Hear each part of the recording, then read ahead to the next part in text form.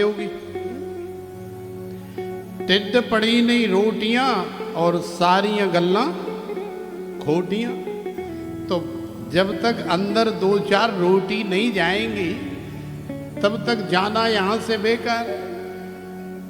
तो खा पी करके आनंद के साथ आपको हम भेजेंगे, तो प्रेम से बोलो राधे।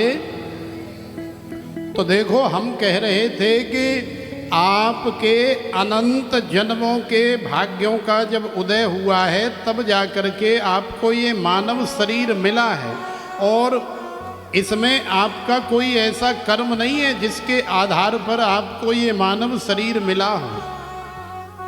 सत्य तो ये है कि श्री तुलसीदास जी ने कहा है कि कबहू के करे करुणा नर देही देत ईस बिनु हेतु स्नेही। माने भगवान ने ही हमारे ऊपर बड़ी कृपा करी है, बड़ी दया करी है, जिसके माध्यम से हमें ये मानव शरीर मिला है। कैसे?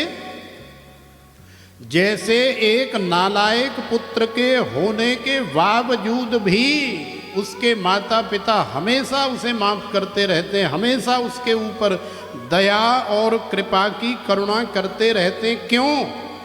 ये सोच करके कि भले ही नालायक है लेकिन अब है तो हमारा। तो देखो भगवान की कथा सुनने वाले भले ही जैसे भी हों लेकिन हैं तो भगवान के। इसलिए भगवान अपने भक्त की नमे भक्त प्रणश्यति, भगवान अपने भक्त की कभी भी अधोगति नहीं होने देते, हमेशा उसे इस भव सागर से उबार लेते हैं। जैसे अनेकों निकृष्ट कार्य करते हुए भी सांसारिक पिता अपने बच्चे को बचा लेता है, चाहे लाखों रुपए खर्च करने पड़े कोर्ट कचहरी में, लेकिन फिर भी अपने बच्चे को बचा लेता है। उसी तरह से भगवान भी हैं। तो हम सब चूंकि भगवान की संतान हैं, भगवान के बालक हैं, भगवान के भजन, भगवान का सत्संग, हरि चर्चा, भगवान की कथा सुनने वाले हैं, इसलिए भगवान हमें भी बचा लेते हैं। तो प्रेम से बोलो राधे। तो देखो ये श्रीमद् भागवत की कथा का दिव्य आयोजन नेमी सारण्य की परम पावन भूमि पर यूपी माने उत्तर प्रदेश के सीतापुर जिले में संपन्न हो रहा है।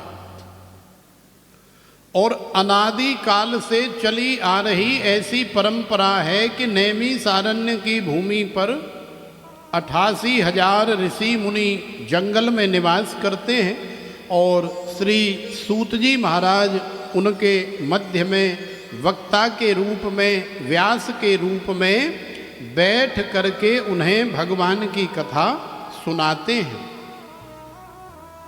तो केवल श्रीमद् भागवत की कथा नहीं, चाहे वो शिव पुराण की कथा हो, चाहे श्री रामचरितमानस की कथा हो, और चाहे अन्य पुराणों की कथा हो, चाहे वेद शास्त्र या देवी भागवत की कथा हो, समस्त कथाओं के व्यास जो है नेमी सारण्य में श्री सूत जी महाराज ही हैं।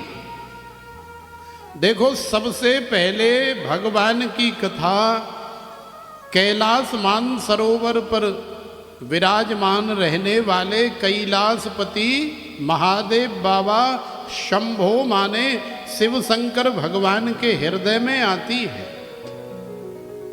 तो सबसे पहले भगवान की कथा के रस का पान करते हैं भोले बाबा, और भोले बाबा के बाद में फिर आगे कथा जाती है।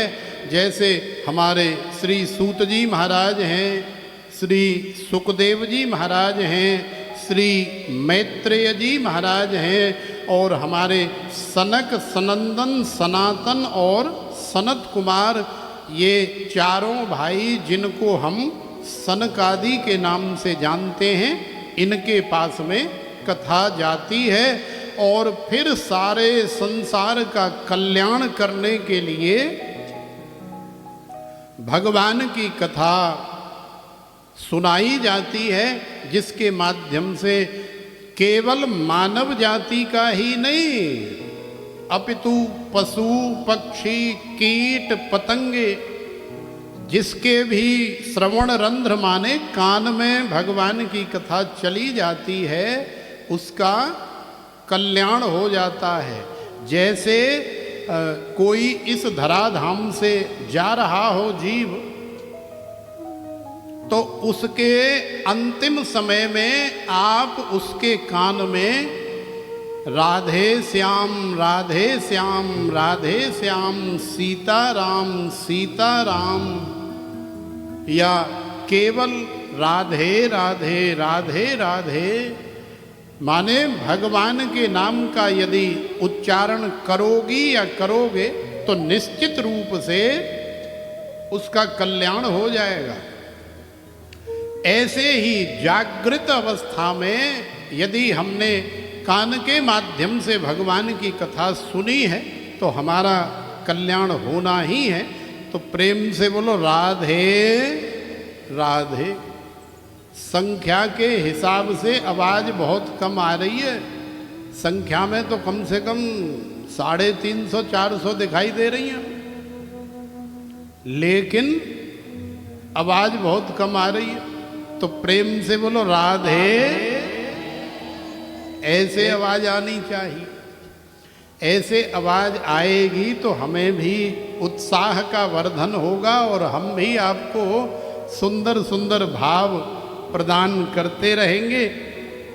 और जब आपको सुंदर भाव मिलेंगे तो आपके जीवन में निश्चित रूप से परिवर्तन होगा, आनंद होगा। तो प्रेम से बोलो राधे।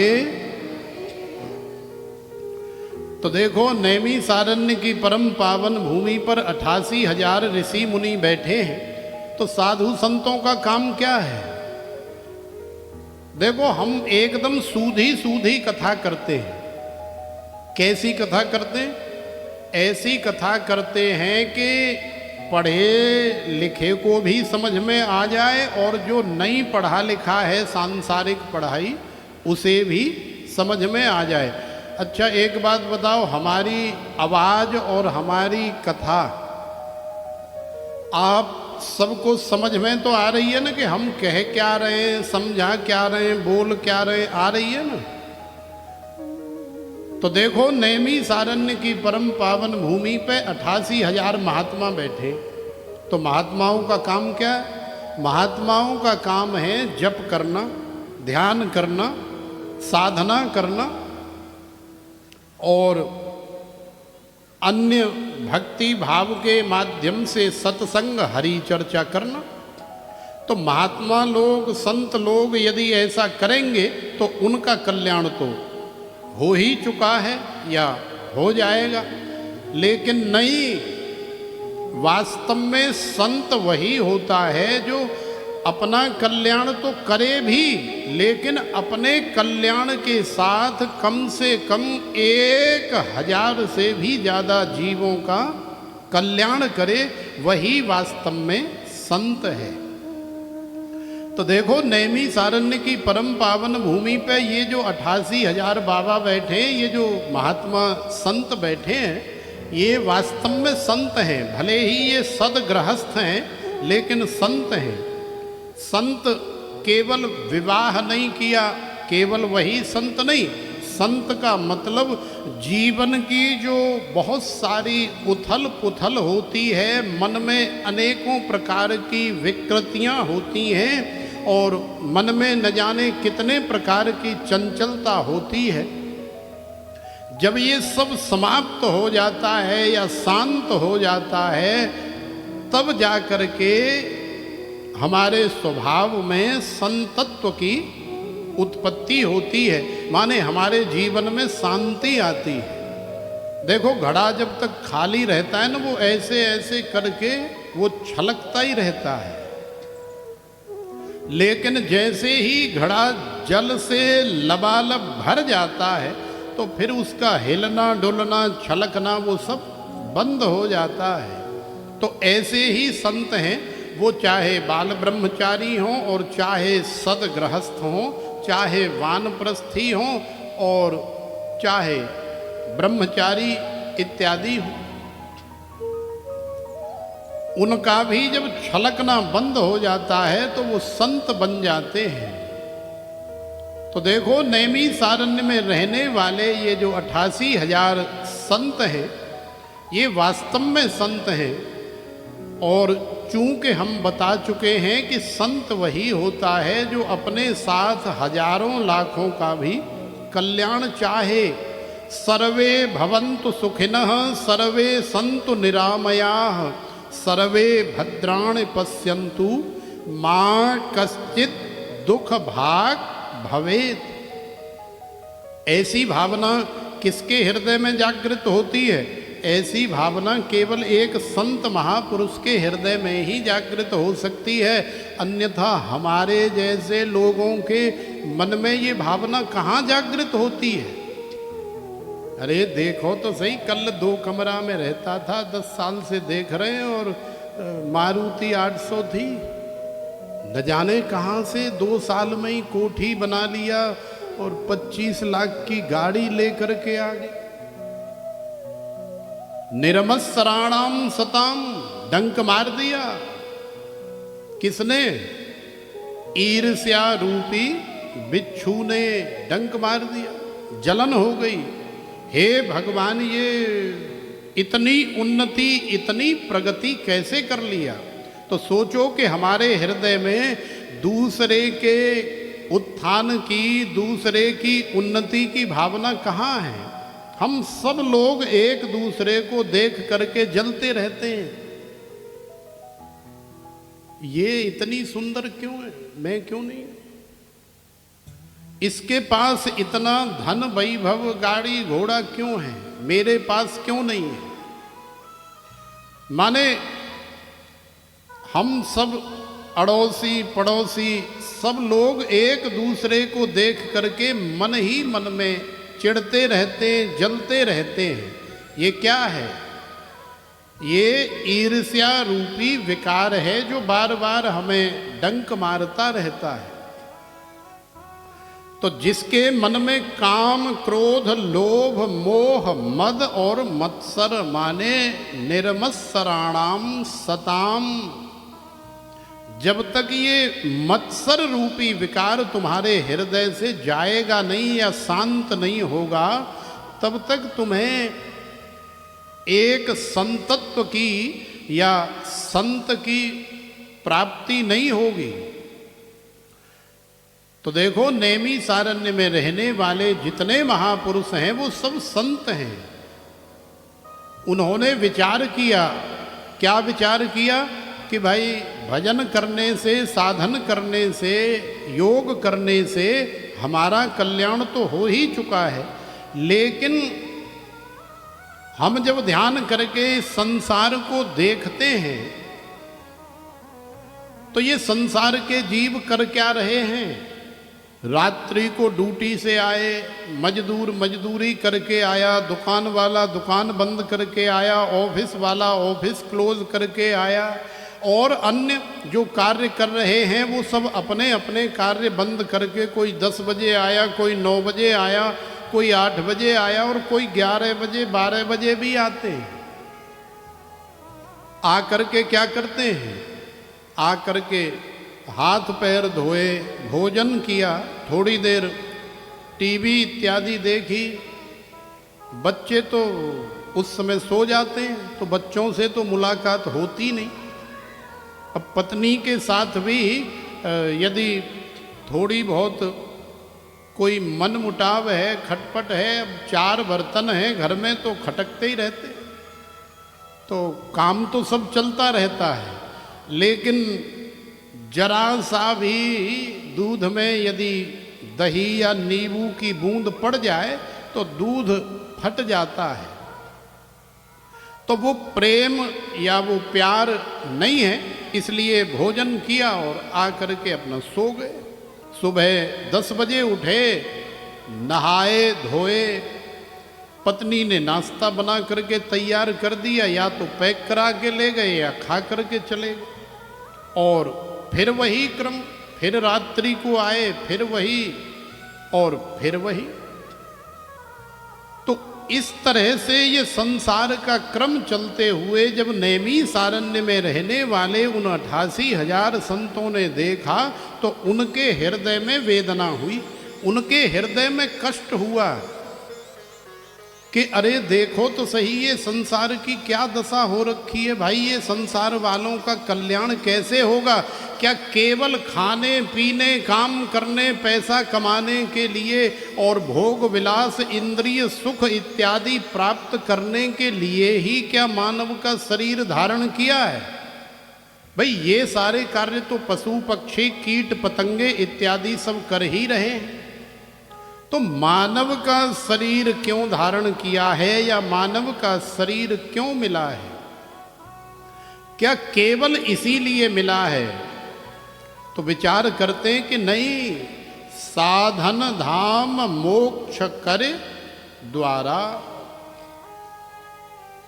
यदि मोक्ष का कोई साधन है, कोई द्वार है, तो वो केवल और केवल ये मानव शरीर है, जिसके माध्यम से आप मोक्ष धाम की प्राप्ति कर सकते हैं, स्वर्ग जा सकते हैं, भगवान की प्राप्ति कर सकते हैं, वैकुंठ जा सकते हैं, गौलोक में, श्री कृष्ण लोक में जा सकते हैं। उसका यदि कोई साधन है तो केवल ये मानव शरीर है। तो चूंकि हम पशु नहीं हैं, पक्षी नहीं हैं, कीट पतंगे नहीं हैं, इसलिए हम भजन कर सकते हैं, हम कथा सुन सकते हैं, हम जप कर सकते हैं, हम भगवान की अर्चना, पूजा, वंदना, स्तुति इत्यादि कर सकते हैं। क्यों? क्योंकि हम पशु या पक्षी नहीं हैं।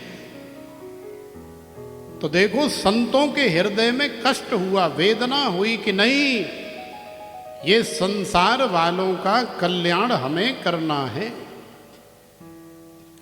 जैसे एक बार दो बार तो हमारी श्रीमती रीटा जी थोड़ा मन कच्चा कर रही थी। अरे महाराज जी मैं अकेली हूँ, मेरे पास में कोई आदमी नहीं है और कोई बालक भी ऐसा नहीं है, कोई ऐसा सामने खड़ा भी नहीं है, आप सब लोग इतने होंगे, इतनी बड़ी मंडली लेकर के आ जाओगे और घर भी आपने देख ही लिया है कैसा है, तो मैं कैसे करूँगी, कैसे होगा, थोड़ा सा और रुक जाएं।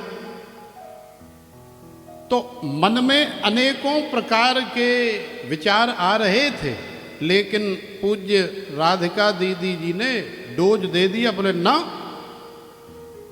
हमें तुम्हारे साथ खानपुर में रहने वाले, और ये कौन सा रोड है हम बार बार भूल और जाते हैं इसे, देवली रोड में रहने वाले जितने भक्तजन हैं उन सब का कल्याण करेंगे, और ऐसे शुभ कार्य में देर नहीं करनी चाहिए, क्योंकि शुभ कार्य सत्कार्य करने के लिए मन बड़ी मुश्किल से बनता है, और बुरा कार्य करने के लिए तो रोज बनता ही रहता है, 24 घंटे बना ही फिरता है।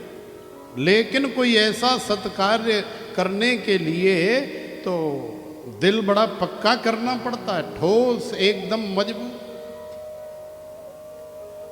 तो जरा सा मन कच्चा हुआ तो पूज्य राधिका दीदी ने समझाया, बोले ना, ऐसा सुंदर सुअवसर आपको प्राप्त हुआ है तो तुम्हें बिल्कुल भी चिंता करने की आवश्यकता नहीं है, हम आ ही रहे हैं, और आकर के आप देखना कि भले ही कोई नहीं है करने वाला आगे पीछे, लेकिन चूंकि ये भगवान का कार्य है, तो जब भगवान अपनी कथा आप सबको सुनाना चाहते हैं तो व्यवस्था भी भगवान अपने आप, भले ही थोड़ी देर लग जाए, क्योंकि भगवान के यहाँ देर तो है, ये तो हम भी मानते हैं, लेकिन अंधेर नहीं है। तो तो देखो ऐसा सुंदर अवसर आ गया और फिर मन पक्का कर लिया कि ठीक है दीदी, आप जैसे कह रही हैं तो वैसे ही होगा। तो देखो कितना सुंदर आयोजन हो रहा है, कितनी सुंदर सारी व्यवस्था हो गई। और आज के बाद तो फिर ऐसा कुछ खास शेष है भी नहीं, थोड़ा बहुत जो भी आवश्यक है वो आज ही पूर्ति हो जाएगी और फिर कल से सुचारू रूप से हम लोग नित्य कथा का आनंद लेंगे। तो संतों के हृदय की जो भावना होती है वो यही होती है कि चाहे कैसे भी सही, चाहे कथा के माध्यम से हो, चाहे भजन के माध्यम से हो, चाहे सत्संग के माध्यम से हो, लेकिन संसार के जीवों का कल्याण होना चाहिए।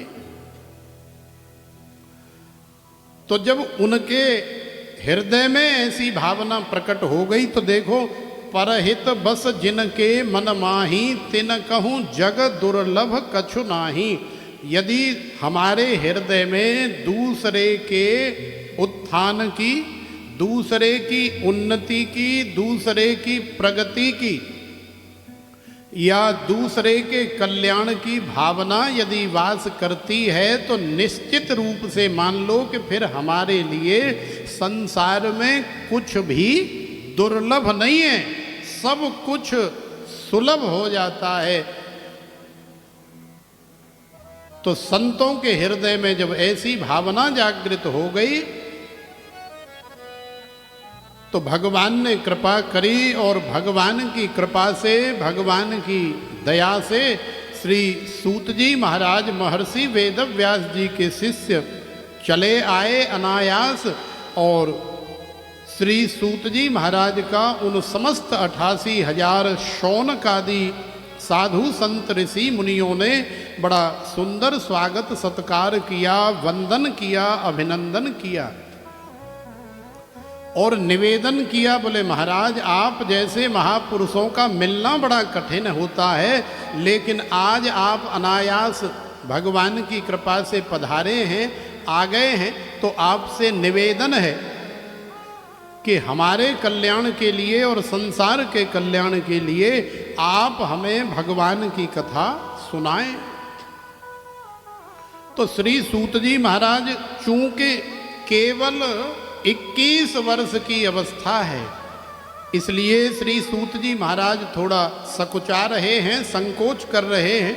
अरे भाई, कैसी बात कर रहे हो महाराज, आप लाखों लाखों करोड़ों करोड़ों वर्ष की उम्र वाले।